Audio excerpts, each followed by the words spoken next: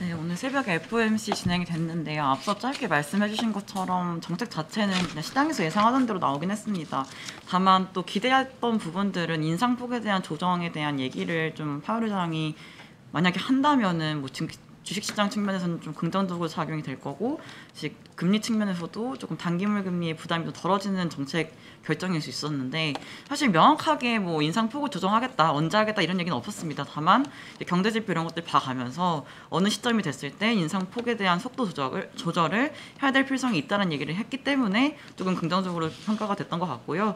이런 것 때문에, 이런 발언 때문에 좀 도비시하게 해석이 됐다고 보시면 될 것 같습니다. 다만 좀 우려가 되는 부분들은, 만약에 이제 9월 회의 전까지 나오는 물가 지표나 고용 지표들이 계속해서 큰 폭의 금리 인상을 만들 수밖에 없는 지표가 나온다면은 주저없이 25bp 이상의 폭으로 금리 인상하겠다라는 생각을 또 하고 있어서, 아직까지는 뭐 강하게 연준이 인상폭을 조절하겠다라고 예상을 하기 좀 어렵다고 판단하고 있고요. 다만 좀 지표들이 그래도 물가가 고점을 형성하고 빠지고 경제 지표들이 조금씩 더 안 좋아지는 흐름이 간다면은 인상폭 자체가 다음 9월 회의부터는 75bp 미만으로 되지 않을까라는 기대가 좀 생긴 것 같습니다.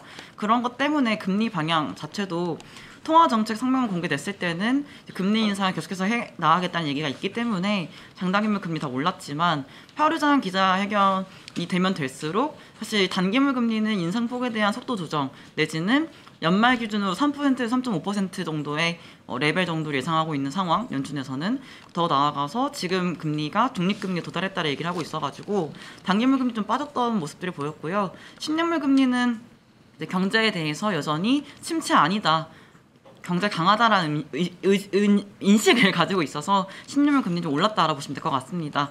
다만 또 중요한 부분들이, 이제 물가에 대해서 파월 의장이 좀 어떤 것도 중점적으로 보고 있냐는 이제 질문이 있었는데, 원래는 CPI에 좀 더 중점을 두고 있다는 얘기를 했었거든요. 근데 오늘은 오히려 PC를 좀 더 봐야 된다는 얘기를 했었고요.